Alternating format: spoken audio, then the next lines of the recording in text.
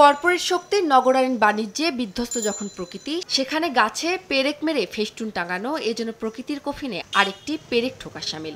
রাস্তায় বের হলেই গাছে পেরেক মেরে ফেস্টুন টাঙানোর এই চিত্র চোখে পড়ে হরহামেশাই। পেরেক লাগানো এটা একটা নিষ্ঠুরতা, আর এভাবে গাছ মরে যায়। গাছের যেহেতু জীবন আছে, তো আমাদের তো নিজেদেরই বোঝা উচিত, কারণ গাছ তো আমাদেরকেই উপকার করে, আমাদের জন্যই সবকিছু করে, তো অবশ্যই এটা অন্যায়। একটা শাস্তির ব্যবস্থা হওয়া উচিত আমাদের যারা এই পেরেক ঠুকছে।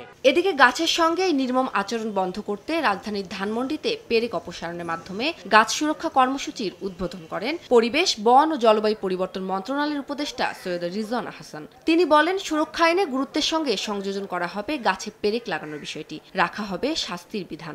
গাছ সুরক্ষার জন্য একটা আইনের খসড়া চূড়ান্ত করেছি, সেখানেও আমরা এই সংক্রান্ত একটা বিধান সংযোজন করব যে গাছের মধ্যে এইভাবে পেরেক ঠুকে বিজ্ঞাপন দেয়া যাবে না।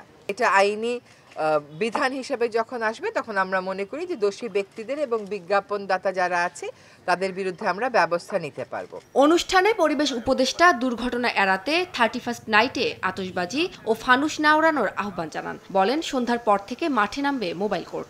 রাতে যেন আতশবাজি, পটকা এগুলো ফোটানো না হয়, শব্দ দূষণ না করা হয় এবং পাখিকুল, প্রাণীকুলের এবং মানুষের স্বাস্থ্যের জন্য ক্ষতিকর অত্যন্ত উচ্চ শব্দ সৃষ্টি করা না হয়, সে ব্যাপারে যেন একটা আবেদন রাখে। পরিবেশ বাঁচাতে সবাইকে সচেতনতা বাড়ানোর আহ্বানও জানান উপদেষ্টা। উম্মে হানি, সময় সংবাদ, ঢাকা।